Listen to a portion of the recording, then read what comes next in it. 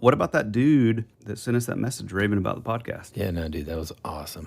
Or his post, rather. That was awesome. Made my day. Yeah, me too. When I woke up at 5 o'clock with a migraine, it literally lifted my spirits.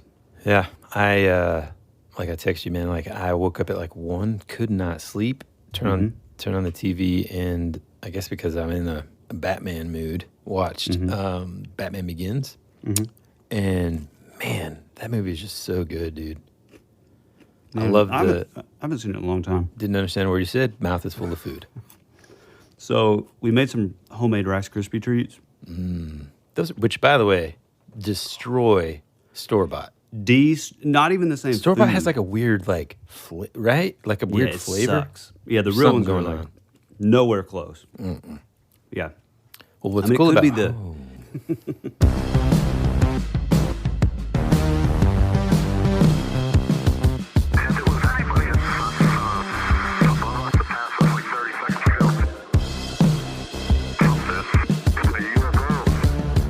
Hey folks, welcome back to your favorite podcast, That Would Be Rad. A podcast that majors in 80s and 90s nostalgia, comic culture, all things paranormal, and minors in retro video games, tabletop RPGs, pre-internet mysteries, and raising our kids to be half as cool as we were back in the 80s. We are your hosts, Woody Brown And Tyler Benz. What's up, brother? Despite having a migraine this morning, I'm pretty jazzed. I know that you want to dive in because I have a surprise little topic that we want to talk about and a story that I am just chomping at the bit. But I think we should talk about a movie that probably not a lot of people have seen. It's kind of an indie flick. And pretty unknown director. He's new on the scene. Just fresh on the scene. Fresh. And his name's Zack Snyder. And it's a very, very small movie called The Snyder Cut Justice League. Yeah. And I loved it. Man, I mean... Did I just bury the lead, though, a You little? just kind of buried the lead. You just kind of gave away what your thoughts were. But I kind of want to, let's unravel that a little bit. First, I want to say this, though.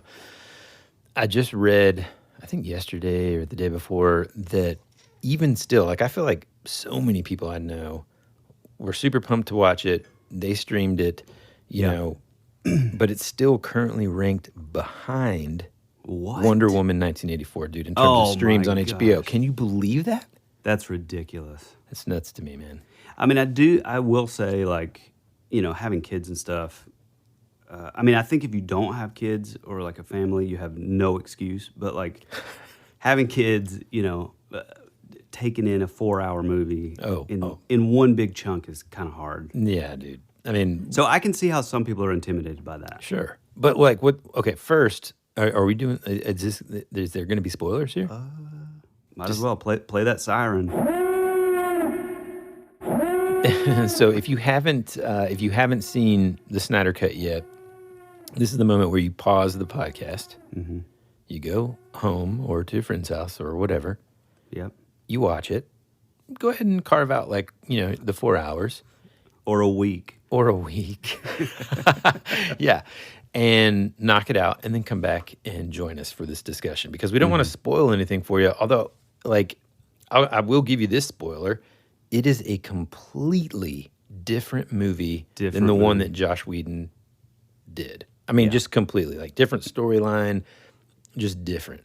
Yep. I think first I do want to talk about why the Snyder Cut, right? Because I think there are still potentially some people that just don't understand why there was the need for the Snyder Cut. Why was there a demand by the fans other than people just didn't like the Whedon version?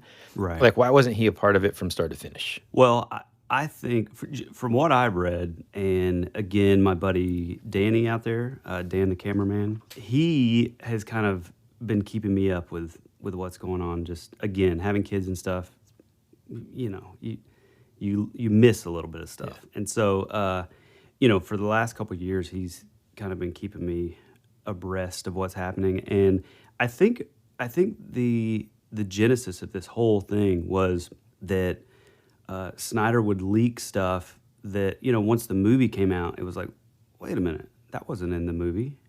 I thought Zack Snyder said that we were going to see Superman in the black costume. I thought this was going to happen. And so I think that's kind of what sort of led to people kind of demanding it, right? Well, I think the demand came from Snyder showing his, he's a little pissed off when, because you can tell by watching this one that, man, I mean, he put a lot of work into this thing. And I mean, honestly, I can't imagine how furious he probably was when he finally saw, when the original one came out. Yeah. Because it's a totally different movie. I mean, there's so many things, completely different plot. I mean, there's a couple beats that are the same, but like for the most part, I mean, it's literally a different movie. Yeah. So, I mean, it's important though, like the reason why he didn't complete the project essentially, and the reason why he had to leave it after filming it was because basically,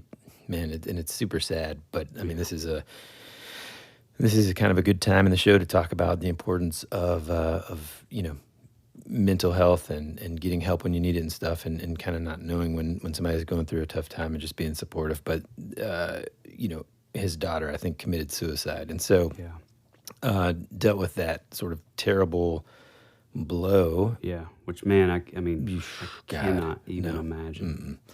He stepped away from the project, which 100% understandable. The studio, I guess, in an effort to, because I mean, if you look at all of this footage, they spent a lot of money to film this movie, to render all of the effects and all that kind of stuff, in a move to kind of like, I guess, save it from just never being completed essentially and staying on target. They brought in Josh Whedon. At the time, I want to say, like, I remember there was like kind of a little bit of mystery surrounding it. I don't think that it was super public at the time when it all happened. No. People kind of just thought, well, maybe that he got into an argument, something like that. Well, then the Whedon release happens and we all watch it.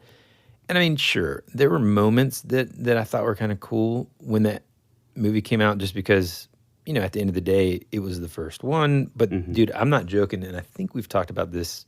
Well, no, I know we have. The beginning of the movie, the first 5 minutes of the Whedon thing, where it's like a reshoot with Superman, where they CGI out his mustache because he was working on Mission Impossible or something like that at the time.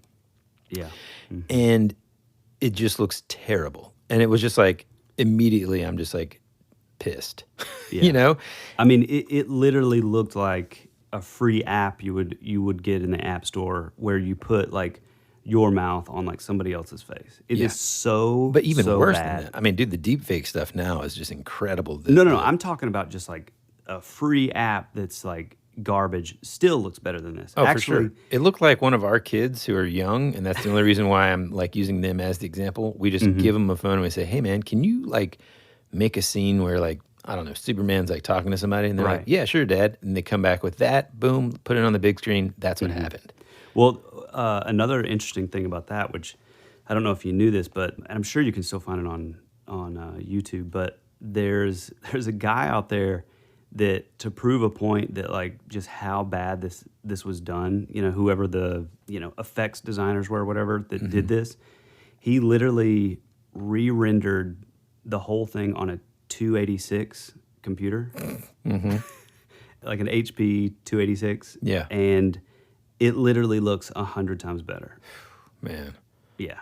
And they probably spent over $1 million just on that. Yeah, and just on reshoots alone, man. And so when you and we'll kind of dive into things we loved about this new cut, the Snyder Cut, and things that, well, it wasn't the greatest. And because, I mean, at the end of the day, was it perfect? No. Is it better, though? 100%. Yeah. Sorry, Julie. Yeah. So we get messages, and especially since we posted about it, and kind of the consensus is that that it was loved by all minus one. But no, I mean, I've heard a couple people say, I mean, mainly it's just because of just how long it is. But I think if you really give it a shot and like kind of just accept, like, okay, like for me, well, we'll get into that in a minute. But one second, because like I think time and time again, a creator creates something, especially in movies. I think it happens less in music because there's way more kind of barriers that need to happen before something is released. But in movies, this movie isn't I think this is the movie that like film schools should use to show how editing can create Oh gosh, yeah. 100% different narrative, right? And so like there have been movies that have come out where the director, once he sees the edit, is just like, I'm appalled. And one example that comes to mind is the newest Fantastic Four movie. Apparently, they just completely destroyed it. And I mean, I could not stand that movie. I've tried to watch it a million times and thought, well, maybe I was just having a bad day or something that day. Yeah. Terrible. Well, and it sucked because like it had a great cast. Like, is it you that doesn't like Miles Teller? No, he's cool. Maybe Johnny doesn't like him. I can't remember. I really like him. I think he's a great actor. You know, I love Michael B. Jordan. Like the cast is amazing, but yeah, apparently there was like something happened and like the studio heads, like they physically locked him out of the editing booth, and it's like, what's happening? I mean, because you know he has to like sign off on all this stuff. So, I mean, it's not him that's, you know, personally putting in millions of dollars to produce it. So, I mean, his hands are tied, you know? Yeah, it's tough, man. But apparently that's a totally different movie as well from what he, you know, originally had planned.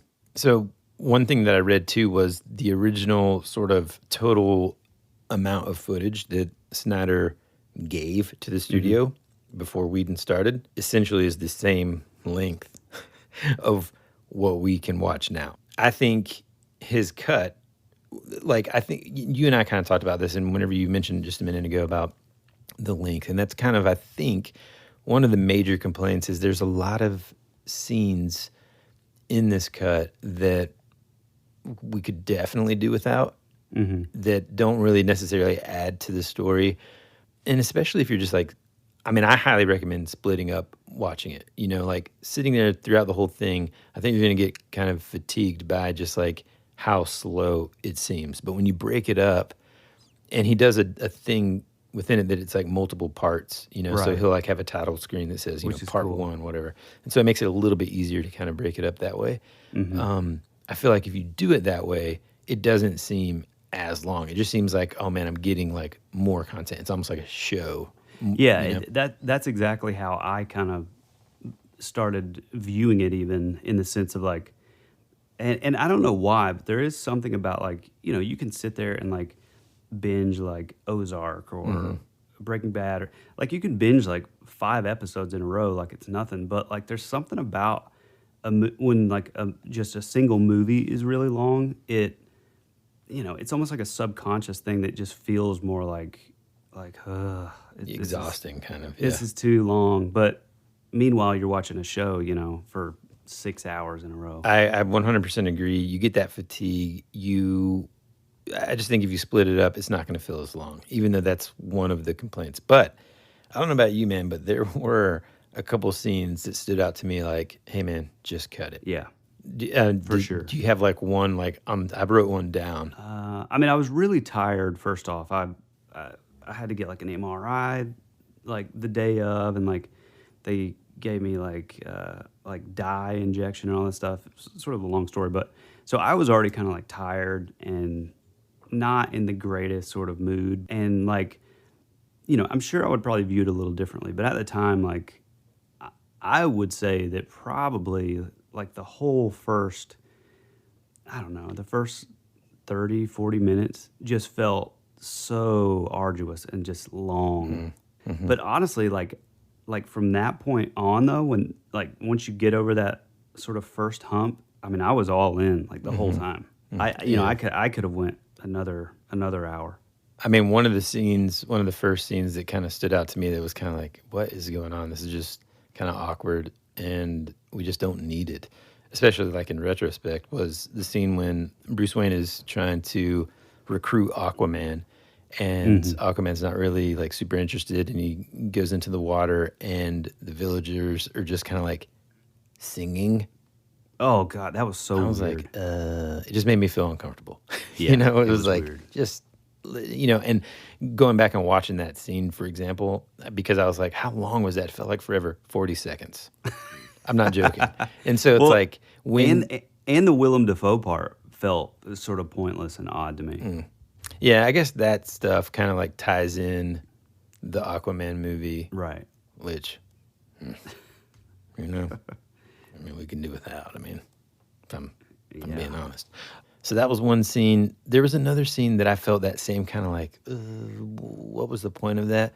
And it was when, well, at first, as the audience, you think it's Clark's mom visiting Lois Lane, but it's really, what is it, Manhunter? Martian Manhunter. Yeah, Martian Manhunter. See, I love that. But that, I mean, I think that was cool, but it didn't really, what was the point, really? Yeah. Well, because he comes, other than just to kind of introduce the character before the end, Right. So that kind of stood out and kind of got on my nerves. Well, I thought that scene was fine. I think Diane Lane is a wonderful actress and a really charming, lady just in general. I'm a little biased because I cannot stand Amy Adams. I think As she's Lois Lane, because she's good in other stuff, man. I don't know, man. She's the most boring actress. She just gets on my last Yeah, but she was good in that movie, that alien movie that we talked about. Oh, yeah, Arrival. Yeah. I mean, she's still kind of, I don't know. She's just stale. not, to me, she's not a good Lois Lane. Oh, she's I just the don't know worst. who else, I don't know who you have. Especially looking at like Henry Cavill, who's like a He's demigod. he's of like a man. Yeah. And then it's Greek. like, oh yeah, that's who he's gonna choose. I'm sorry. No. Kate Mara. And Or anybody yeah. else. Oh gosh, I'll tell you about some scenes that I loved though. Well, first, another thing this movie did was really provide way more context to all of the characters. Characters that after that first movie, the first release, I really just didn't care about because Cyborg. they didn't. Yeah, dude, Cyborg and even the Flash, man. Yeah. Like he was still good. There was some silly stuff in that first release, but it just didn't give what I needed. You know what I'm saying? And like Cyborg in the first movie was basically just like a throwaway character who happens to like be able to kind of plug into the mother box or whatever. Which kind of sucked because I was actually really, really excited to see. I'm always kind of excited to see these characters that haven't been on the screen before in these kind of movies, So like before the movie, I was really excited. And then he just like, kind of like what you said, it's just sort of like, okay, he's just sort of like another Iron Man without the charisma of Tony Stark. And he just felt really cold, which I mean, he feels sort of cold on this one, but it just, gives much more context. Yeah, man, you have a background for why he's like that. Other than like he was in an accident, he doesn't want to be a robot. Boom. That's what they did in the first movie. This one, it's like they dive deeper into the father-son relationship. There's this really great dynamic there that is just incredible. And God, I just thought it was so much better, better done. Another cool thing that I loved about what they got into in this movie further than they did, I mean, I don't even think they mentioned it at all really, was the aspect of like the Flash and how he can essentially travel in time and change aspects of time and the future and all that whenever he reaches certain speeds. There's that line, I think he says something like, hey, whenever I reach the speed of light, crazy things happen with time or whatever. And we actually get to see it happen in this movie. Right.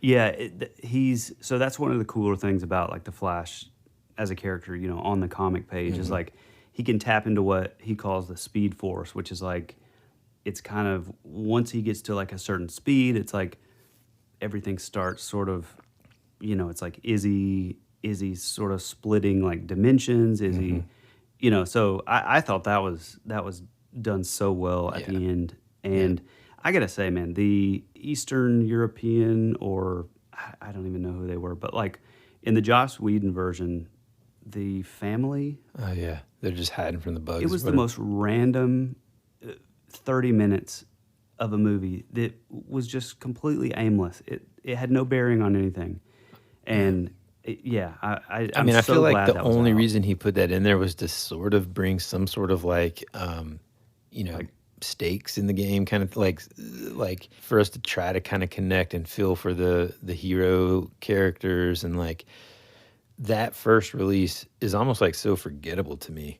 that I don't even remember. Like as I was watching this, I knew it was different, but I couldn't remember like why. And so that was kind of cool because I wasn't watching this thinking like, oh man, this is what happens there instead. You know, I mean, there's some obvious moments like that, but you know, it introduces Barry Allen's like love interest. Which she was not even in the original. Yeah. I think what I read too, the only quote unquote reshoots were the dream sequence at the end that included Jared Leto. Oh, right. Which I thought that was... Although, like, if you go back and watch, I don't know if he's even really in the suit. What's the guy's name? The Flash kid? Oh, yeah. I don't know the actor's name. Like, if you go back and look, I mean, he has, like, stubble on his face and stuff, but it almost looked like CGI to me, so... Yeah. I wonder if he's even, even really in that. Yeah. Because he has that weird, like, helmet. Yeah. Which was kind of cool, too, because the only other time that you saw that was, I think, Batman versus Superman, right? Yeah. Yep. And you never see that again. You just don't know what the heck that was or what was going on, and it connected it all in this movie. And that was what was great, too, is, like, Ben Affleck, when he's sitting there and I think Wonder Woman's like, what's on your mind or whatever. And he's like, yeah, I had a dream right at this desk, almost like a premonition of flat. And he so it sort of provides that connective tissue that you didn't get at all in the Whedon version. One thing that I do got to say is, I like Joss Whedon. I thought the Avengers when it came out was probably the greatest thing ever captured on film, just because it was so exciting and stuff. But after seeing this movie, it's like, I don't know, you really could kind of see how much stuff he threw away just for the sake of like, oh, well, I'm going to make it my movie now. Yeah. Because there's so many things like on this version that are night and day. Like you would watch and you would say, oh, well, that's easily more badass. So I'm going to hang on to this piece and maybe replace this piece. But it was like, it just felt like he was like, no, this is my movie now. I'm going to do what I want to do with it, which was a terrible, terrible choice. Yeah, and I mean, I feel like, no matter what, it's a tough kind of job to have, right? Come in, kind of put your spin on it, but it felt a little bit like, even, and I don't know, don't hate me for this, but even that first Avengers movie, there's a little bit of like a sheen to it that's like, oh yeah, it is the guy that did Buffy the Vampire Slayer TV show and Angel. Do you know what I'm saying? Like, there's that like polish to it that like, I think it works for the Avengers. Right. But he can't apply that same like formula to like the Justice League, especially like when everything else has kind of laid the groundwork for it to be a little bit more gritty, a little bit more like real. Well, to me, I think that did work for the Avengers because at the time, like, the rest of the landscape of, especially with whatever DC movie had just come out, was like so like dark and like heavy and like sort of this like, kind of nihilist, kind of like dread kind of feeling. And so like I appreciated that it was like, no, this is a comic book movie. Like this is like, we're not going to like make every costume just black leather and like dark. It's like, no, we're going to give them the colors that they have in the comics. And he did a great job of, well, first off, two things. One, I think I'm 99.9% positive I've been calling him Josh this whole time. But and so if you didn't know that his name is actually Joss, like Joss, but like I think that he did a great job with Avengers in that like he made it for an audience that was so broad that all ages can enjoy that movie. I mean, kids went ballistic when that movie came out. I mean, it's it was just a humongous movie. And maybe kudos to him for trying that. I feel bad. Like, I don't want to talk trash about him. But in comparison to the Snyder Cut, no comparison there. Dude, can we talk about the weird dream sequence at the end, though, with, like, Jared Leto coming back? Oh, man. There were some lines that I was like, oh, I wish they wouldn't, like, what is that? That's kind of a little too weird. Like, I don't know that I'll, like, put this in when he's talking about, like... Oh, yeah, that was kind of stupid. Kind of silly and weird, but all right. Yeah, I didn't love it. To me, that felt like I think you were telling me that he had talked about sort of like a possibility of like the next movie sort of being in in an alternate timeline. It's just Joker and Batman and maybe the other crew like just walking through the desert, almost like a Mad Max kind of thing. But I kind of it did kind of feel like, and I don't know if this is the case. I mean, maybe it was filmed much earlier, but to me it felt like, just from all the information that has sort of come out and stuff that Zack Snyder said, it kind of felt like him, realizing I'm probably not going to get a sequel. The studios aren't into this, so if we're releasing this, like, let's reshoot this last little bit just so that people can get a taste of like what I had planned for the next movie. Yeah, I also read that he fought like really hard for that to be in there and for it to end the way that it did, because and I thought this was so cool, dude. The studio wanted it to be just like buttoned up, and he kind of said, well, that's not how the last page of a comic book is, Right. and so like that kind of like respect for the comic world, man, from a movie maker is just, I thought that was awesome. And so he kind of just was like, no, this is kind of what I have as a vision. And I mean, like in that dream sequence, I just thought it was so amazing when Joker kind of mentions like, yeah, the death of your adopted son. And so he's like, talking about Robin, and when Batman is just like, I'm going to effing kill you. Oh, that was amazing. Like, man, so bad to the bone. Yeah. And didn't he say something about like, when I killed Harley or something? Something like that, yeah. It was like, man, that's... Yeah, it's intense, man. Yeah. But I mean, you got to look at it in the context of like, okay, it's post-apocalyptic. You have a Batman that carries around guns and stuff. So, I mean, I thought it was amazing. Yeah, me too, man. I liked Deathstroke being in the... Oh, yeah, dude. In the crew, too. I thought that was cool. Heck yeah, plus it's our boy Joe Manganiello. Oh, yeah. I did the one dialogue between Mara felt weird. It was like, that felt really forced when she was like, well, what have you ever lost? It's like, you do realize like the impetus of like why he's Batman. It's because he lost his parents. Like, yeah. Like, really? Oh, one of the other things that I read is, so they've been kind of interviewing Snyder and kind of picking his brain to see like what else he had planned. Like if in a perfect world, if he was given the sequels and this would have been just like kind of the version, maybe not necessarily the cut, but the version of what came out initially. And he's kind of like told a bunch of different things. Like one of them, which I wasn't super down about, was like a storyline where Batman and Lois Lane kind of got romantically involved while Superman was dead. But here's one of the ideas that he had that I thought was just amazing. So one of the things that happens towards the end of this movie is you see Lois Lane like wake up, she's in bed. I think that's when she like makes the decision like, I'm going to work today. And she opens a drawer by the bedside table and you see a pregnancy test in there.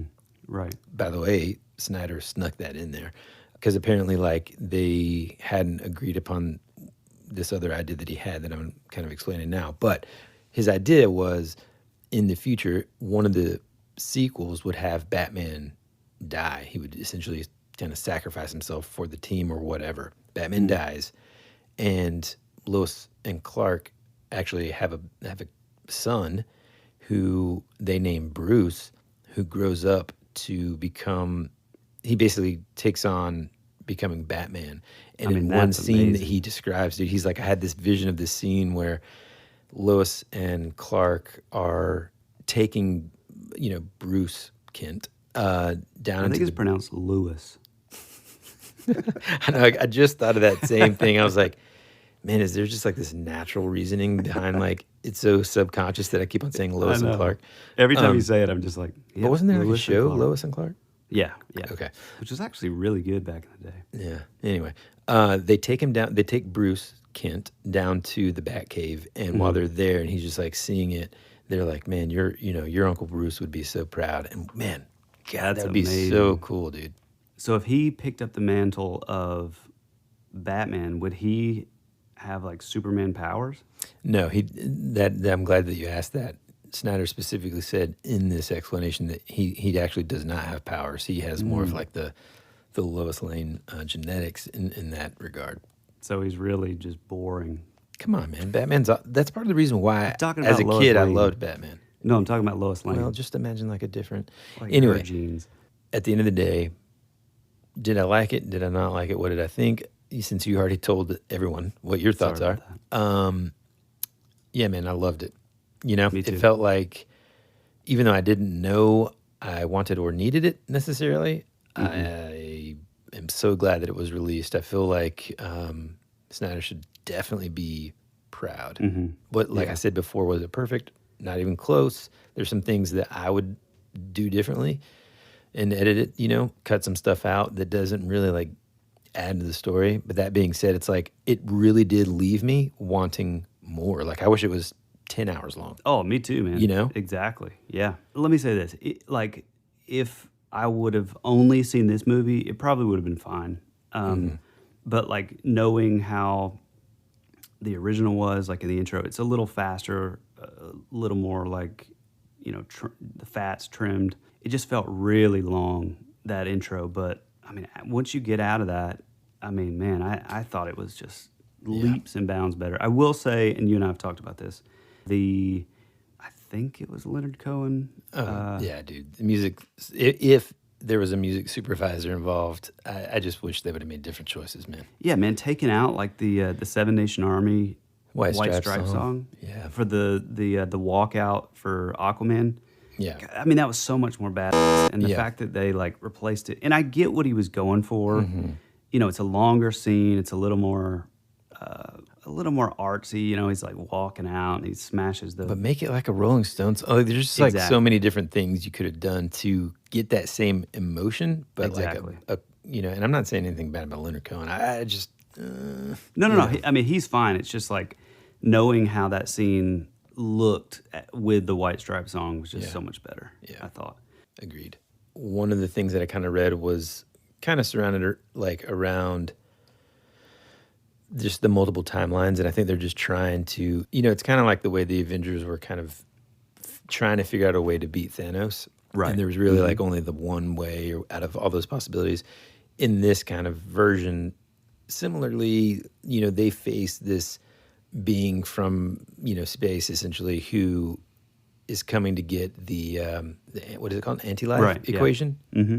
Like the anti-life equation is, I'm sure it's like a Jack Kirby fourth world thing, but I don't totally understand what it is. Man, that's one thing that I gotta say is so much better in this version too, is like Steppenwolf he actually feels like a real villain. He doesn't feel like, you know, always this like CGI big bad guy.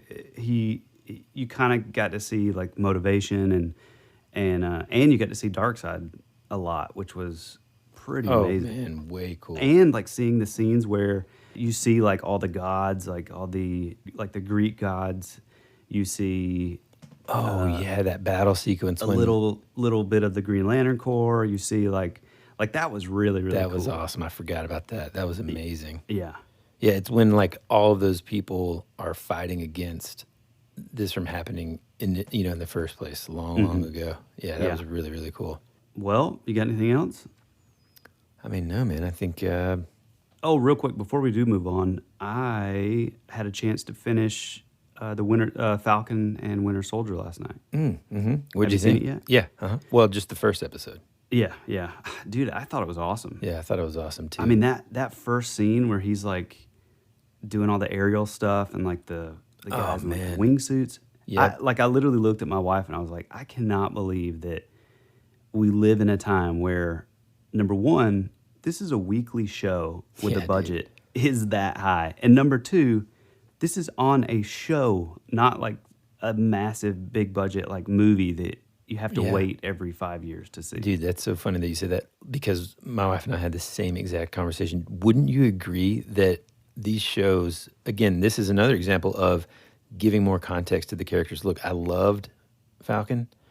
He's a cool character. He's cool in the comics and stuff. But throughout the movies, to me, they didn't give enough And so to me, it's like a smart move because now like I'm like, oh man, I like this character way more. Even though I liked him before, it's like way cooler. You get to see him do way cooler Oh, yeah. stuff.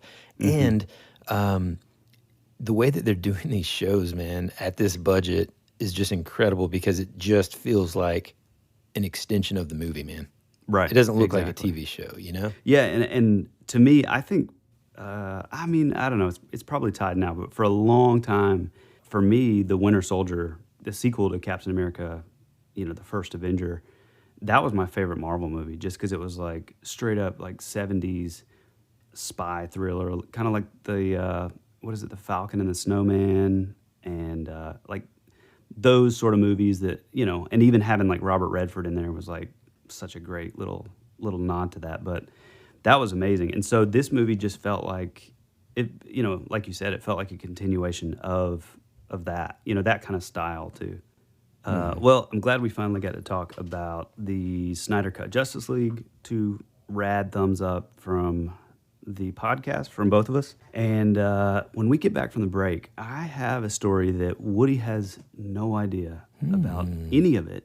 And I haven't given him any sort of clue or hint. Yeah, but it revolves around something really interesting and weird, but it also, it kind of continues this sort of synchronicity that we've been having with, talking about multiverses and time travel and that kind of thing, interdimensional sort of concept. So, cool.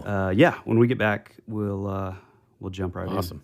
After these messages, we'll be right back. America's future can be determined by our dreams and our visions. It was very intense, bright light. For over 200 years, there have been reports of giant man-like creatures. From another dimension, another world, I don't know. The most intriguing mystery on the North American continent. You're listening to That Would Be Rad. The following is an actual account of my experiences as of recently. Because of the nature of what has happened, I must remain anonymous until I feel it is safe to reveal my real name. But for now, you can refer to me as James Richards. On September 9th, 2009, I experienced something that I am still having trouble believing happened to me. I came into the possession of a cassette tape containing an album that was never released. In fact, not only was it never released, but it was recorded many years after the band broke up. Now this is where the story becomes slightly more unbelievable. It is almost embarrassing to attempt to explain the incident to you for fear of viewing me as completely absurd. I must assure you, I'm not insane or on drugs. And hopefully the audio from this tape will be enough proof that there is more than we think out there.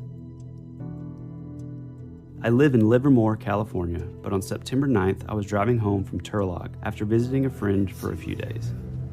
I had my dog with me, and I didn't have any plans for the day, so I decided to take a drive through a place called Del Puerto Canyon, just west of Turlock. There is a scenic road that is a fun drive and actually goes through Livermore. I hadn't taken a cruise through it for a while, so I thought I would take this way home. It was about 2 p.m. A ways into the canyon, my dog started acting like she needed to use the restroom, so I pulled over to the first available parking area to the side of the road and let her out while I stretched. At first, I didn't notice, but then I heard the barking from 30 yards away. My dog was chasing a rabbit. Now, my dog is a pretty good dog, but if she is chasing something, then there is no stopping her, so the only thing I could do was become part of the chase. They already had about a 40-yard head start, so I had to really book it. The uneven ground and soft dirt patches made it difficult to run, and it wasn't very far into the chase that I had stepped into a rabbit hole, fell, and knocked myself unconscious. When I woke up, I was in a room with some furniture and electronics in it. I was taken care of with a bandage on my head, but I still felt uneasy about the situation because where I fell and hit my head was in a very rural, unpopulated area with no houses. And outside the window of the room I was in, I could hear traffic. I wasn't near the window in the room. It was actually on the other side next to an unusual looking electronic machine that I didn't recognize from anywhere I've seen before. The only reason this stood out was because it seemed out of place in a person's home. which most of the room resembled. I decided to get up and look out of the window, but the door opened and in ran my dog, who was pretty excited to see me. When I looked up, there was a man standing at the door.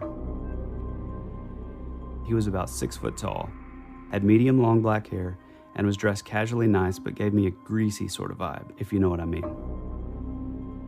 He introduced himself. Racist. He introduced himself as Jonas and asked me if I was okay, which I said yes. He said he found me unconscious in a field with my dog barking at me. So I thanked him for helping me and my dog out, and that I was surprised my dog even came back to me. I then asked him the question that would make me start wondering if in fact I had gone crazy. I asked him, "Where am I? Where am I?" About 20 feet away from where I found you. He replied. I told him that couldn't be possible because there were no houses within at least 20 miles from where I last remember being. He then told me that what I'm gonna say next is very shocking and unbelievable, and if I hadn't experienced myself, I wouldn't believe it.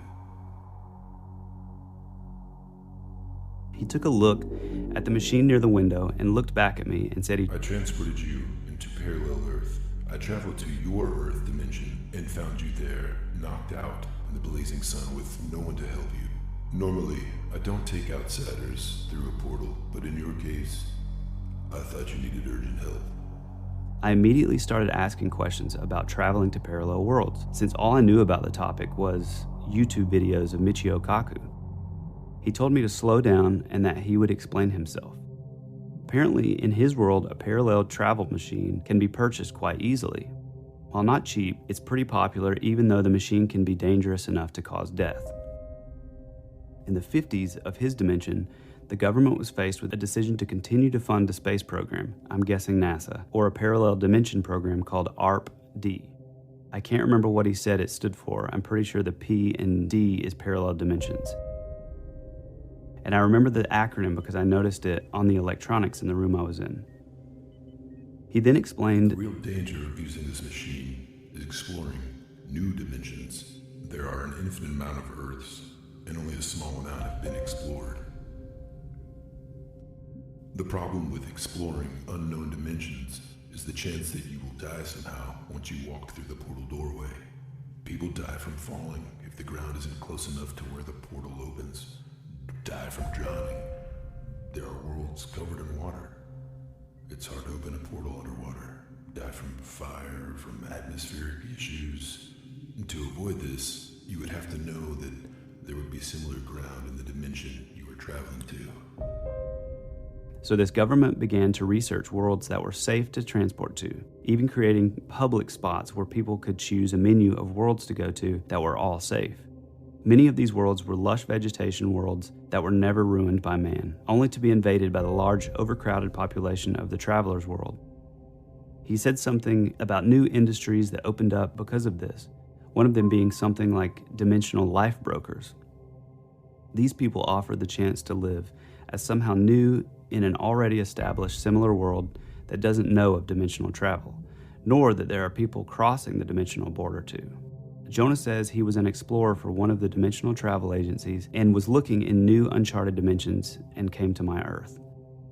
We talked about a lot of things. It was interesting to see what similarities and differences between worlds. Food, culture, TV, technology, we covered a lot. We also started talking about music, which was an interesting topic because there were so many of the same bands between our worlds that existed, including the Beatles. When their name got brought up, Jonas mentioned that his brother just got back from seeing them perform at a concert recently, which I gave a weird look to and said, "You mean they're still together? And he said, "Yeah." I then told him about how they broke up in our world and that George and John passed away. Apparently in this world, they're all alive, healthy, and on tour still. Jonas then had me follow him to another room that had a bookshelf-looking thing with some cassette tapes. Yes, the music ones. Apparently CDs never caught on in this world. And a tape player, radio, record player. Though it didn't quite look like the type of radios we have, the speakers looked more like crinkled cardboard, but sounded actually pretty good. The only Beatles album he had that was store-bought and had real cover art was Sgt. Pepper's. which the cover looked slightly different than the one we have, but the songs were all the same. The other 6 Beatles tapes he had were all like somebody recorded them onto a blank cassette for him and wrote the song titles on a card slipped in the case. A couple of the album titles written on the tapes I recognized, but there were about 4 that I had never heard of before.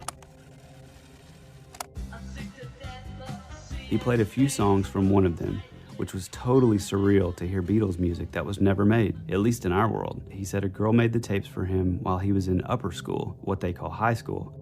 She was a huge fan of them and wanted him to listen. He popped out the first tape and was putting in the second one when I told him he should record a copy so I could take it back with me, thinking it wouldn't be a big deal. Well, the look Jonas gave me when I said this is part of the reason I'm remaining anonymous. Not only did it sort of scare me, but it had a very serious, almost creepy look to it. Followed by the phrase, not word for word, I can't remember what he said exactly, but no, you are not going to take anything with you back to your world. No pictures, no souvenirs, no tapes, nothing. I asked him why, and he wouldn't really say except that, for my safety, I wasn't to take anything back. Of course, I am not the type of person to go through all of this parallel world stuff and not grab something to prove the outrageous story of my experience. So for the moment, I told him I wouldn't take anything and changed the subject. About an hour later, after some more talking, I heard a doorbell ring and he left the room to check the door. I knew that I may not have another chance to take something, so I grabbed one of the tapes and I put it in my pocket, and then shuffled the tapes around to make it look less obvious that something was missing. When he came back inside, I said I was kind of hungry to just get us out of the room, so he then took me to the other room and fed me. For the most part, the food tasted like ours, but was different product names and colors. The purple ketchup was the strangest. We talked a little bit more, and then I expressed the notion that I should be going because it was getting late. The time of day was identical to ours, as is all worlds. We went back to the room with the machines in it. I grabbed my dog and shook Jonas's hand for taking care of me after I was knocked out. I thanked him again and stepped through the portal, which felt like getting wet but staying dry the entire time. When I put my dog on the ground, she even shook herself like she thought she was wet. Back in our world, I could see my car on the road still, and there was a straight line burn mark on the ground from where the portal had shown up. It was dark outside, and the only reason I noticed the burn was because it was still smoking from the heat. I walked back to my car and drove home. The worst part was I couldn't even listen to the tape on the way home because I didn't have a tape player in my car. I actually wasn't even able to listen to it at home either for the same reason, and I had to go to Walmart to buy a tape player just to listen to it. Unfortunately, I don't have any information about the tape other than what is written on the card sleeve. The track names were written, as well as the album title, Everyday Chemistry. Everything else is about as mysterious to you as it is to me. I'll post some more about my experiences in the coming days, but I have to go to work right now, and this post is already long enough. If anyone has any questions they want to ask me about this incident, then I've set up an email address that you can contact me at thebeatlesneverbroakeup@yahoo.com. I'll try and answer everyone's questions as best as possible. Lastly, if there is anyone out there that has experienced anything like this, then please contact me. Some of the things this guy said to me almost make me wonder if this isn't the first time dimensional travelers have been here. James Richards. Man. Yeah, dude. Dude, holy crap. Yeah, dude. And what's crazy is... I thought you were going to be like Rivers Cuomo. My name is Jonas. No, honestly, though, okay, so after listening, I listened to the whole thing, and I think I don't know... Hold on. Before you... No, okay, yeah, you're I've got right. too many questions here. Yeah. Okay, first off, when did this happen? Like, how long ago? When did this guy start posting about this? Where is it posted? Okay, so apparently, I think this popped up on some forum or something, and then it directed you to just the website, which is thebeatlesneverbroakeup.com. Wow, there's a website. Yeah, and you can go Can't and you wait. can download the entire album, or you can What do you mean? Like, you can listen to the whole thing, to the music, the whole album. and it's like Beatles. Yeah. What? Yeah, dude. What's crazy though is, I mean, does it sound like him though? Like this is here's no. the thing. It's 100% the Beatles. But listen, this is where This is what's so hard. I mean, it's so fun. Like, listener, I've mentioned this before, but Tyler's basically the worst at keeping, like, Terrible. like, even like if he watches a movie first or if he reads a book first or whatever it is. What he's listens to, finding out about the ending. Yeah, exactly. He'll just like spill the beans. I cannot believe you kept this from me so well. And that I'd never heard of it, man. This is insane. I'm a huge Beatles fan. I've never heard of this. So I need to know like what, like, Well, this was posted on the internet when? Like a year ago, 2 years, 10, No. 15, This was 20? back on September 9th, 2009. Oh, wait. No. That's when this event happened. But I think it was like a day or two later, basically. My gosh, man. Yeah, and so, you know, there's a good bit of a discussion about it. I mean, I've seen a few YouTube videos and all where, you know, mainly, obviously, people like claiming to like debunk it and this and that. But like, what's interesting is if you go to a lot of those videos and you read like the comment sections, and you know, to me, and you know, I don't want to like give up the ghost straight off, but like to me, I think that it is to me it sounds like stuff spliced together. You know.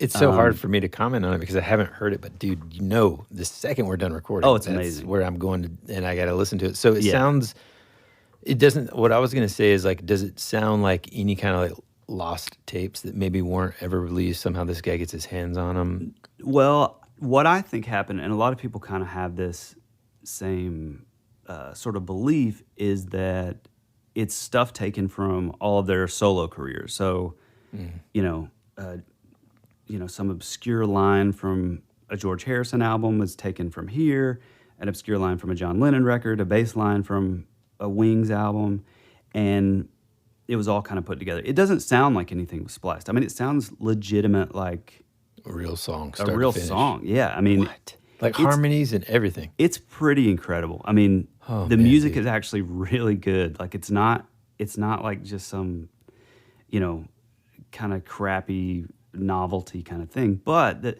to me, the most fascinating part about this whole thing is, okay, say all of that is total BS. He didn't do that. It's still bizarre to me that there's nobody has ever come out to admit making this thing, and it's incredible. I mean, it's an amazing, even if it is just like a mashup of stuff. This would have taken somebody years to do.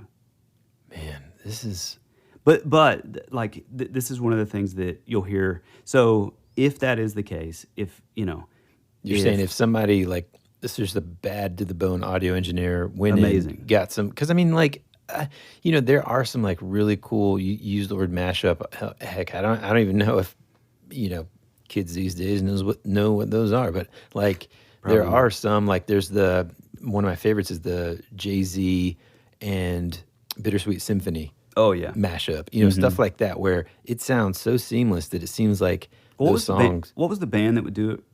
Or it was like I think it was one guy. Yeah. Oh, A Girl Talk. Yeah. It would be like like Michael Jackson vocal over like an AC/DC. Yeah, and then all of a sudden, like, Avril Lavigne song comes in, and even if you don't like Avril Lavigne, which I don't, it just seems so bad to the bone because it's Yeah. on top of some like hip hop thing. It's just so cool, dude. Yeah, it was. I mean, pretty amazing. And I mean, 2009 would have been Around that time when it's like probably when- possible. Yeah.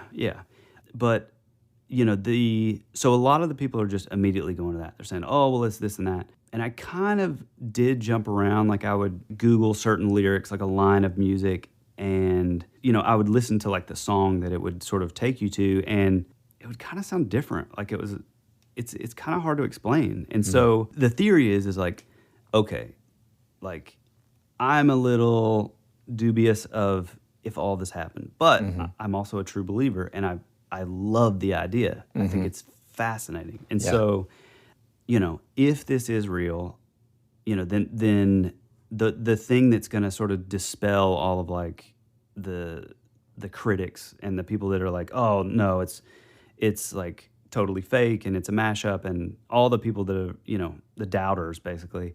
The theory is that you can't just say, oh well, this was a line that was taken from like a John Lennon album.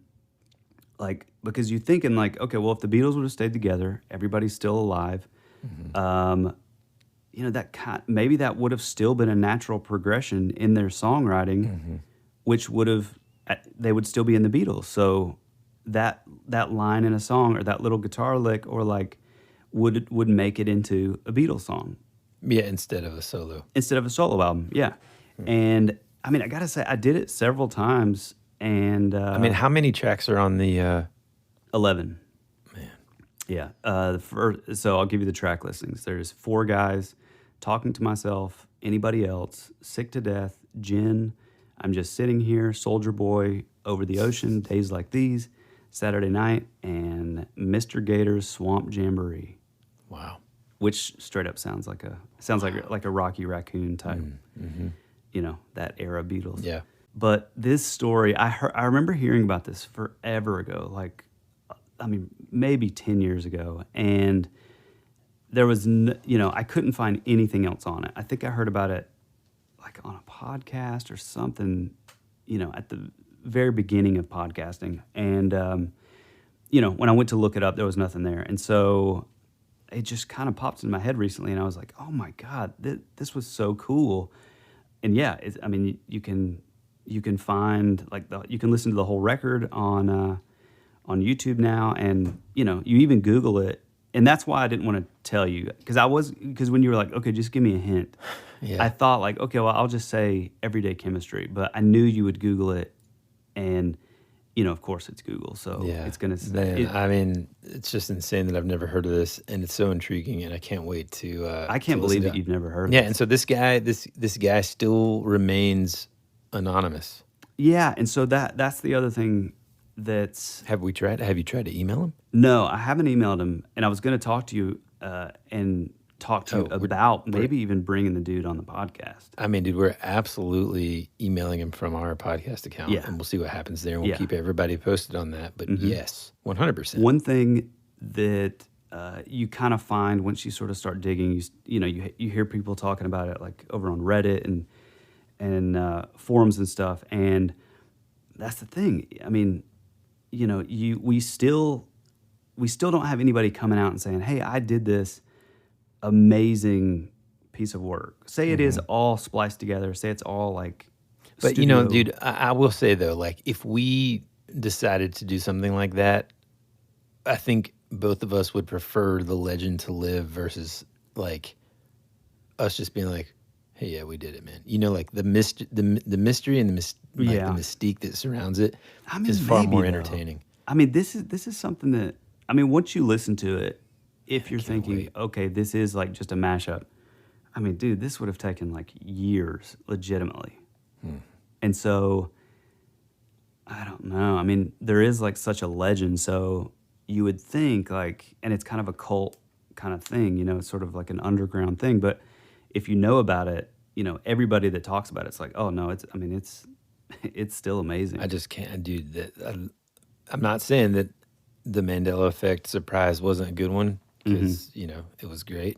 Oh, and But another this tops it all. This kills it, man. I mean, like, yeah, more Beatles stuff exists potentially, right, from an alternate universe. This is just nuts, dude. Yeah. What's funny too is, you go to the website and like at the top corner it says the Beatles never broke up, ... and it's literally in our Cooper Black font, and then there's a little tape beside it, which is literally almost exactly to our tape design. Oh wow. Yeah, which is pretty wild. But yeah, I knew that we had to talk about it. I mean, I can't say it enough. I mean, that is so intriguing. I mean, literally, I am 100% gonna go listen to this record immediately and tell you what I think about it. I mean, like, part of me thinks that like I'm gonna press play and it's gonna be like the most fake thing I've ever heard. But No. the one part, because I know you would tell me that. Oh man, I'm just so excited, dude. So well done, dude. Yeah.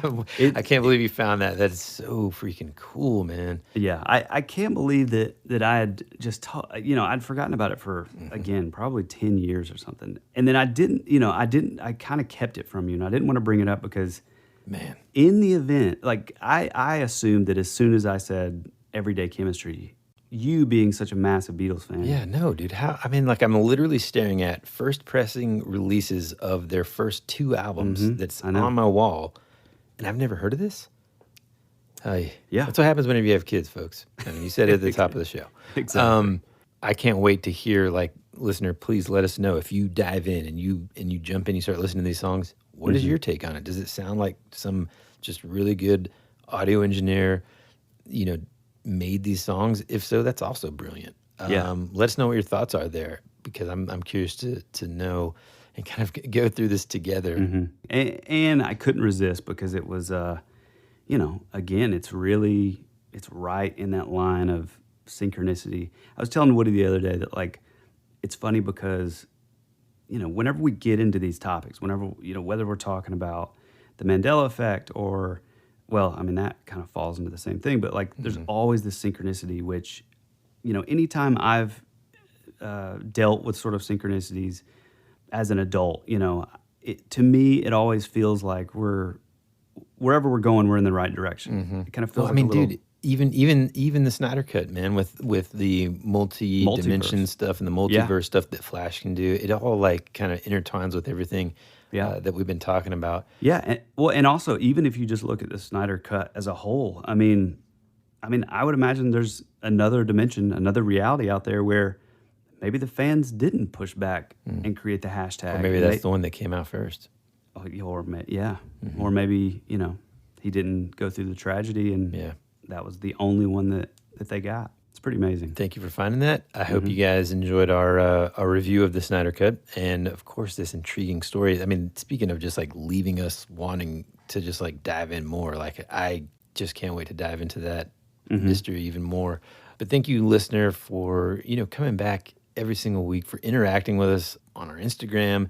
Every time we have any kind of message or comment, it just means the world to us. We say it every single week. Like, it's still, I don't think there's ever going to be a point when, like, essentially someone that was a stranger who's now part of what we call the family, I don't think there's going to be a point in our podcasting future that it just doesn't amaze us when we are able to connect with new people that like the same stuff, Yeah, I mean, literally just this day we were just talking, or just today we were just talking about, did I say just this day? Just today, a dude named Dustin Downey, who his Instagram name is _thunder. He did a post talking about how great the show was, and it totally made our day. Yeah, it's the best. So, it's because of people like you that we keep going. So wherever you are, in your car, at work, playing hooky, mowing the lawn, or planting flowers, give yourself a pat on the back. You guys make our world go round. Quick question for you, Tyler. Where can people find us? Hey, man, the bulk of our social media content is going to be over on Instagram. You can find us at That Would Be Rad. You can comment. We have, like, a great little community over there who, anytime we have an episode or post about a topic or whatever, we love, like, the interaction with you guys. So, keep them coming. If you want to send us more private messages, shoot us a DM. I mean, maybe not like that private because we're married. But, and if it's more like long form, like a story, say, any of you guys have ever had any sort of paranormal encounters, seen anything weird, traveled to another dimension, whatever, shoot it over to us at thatwouldberadpod@gmail.com. Thank you so much again for coming back week to week. Like Woody said, without you, we couldn't do it. So we appreciate you. We love you. And as always, be rad. That's the way it goes.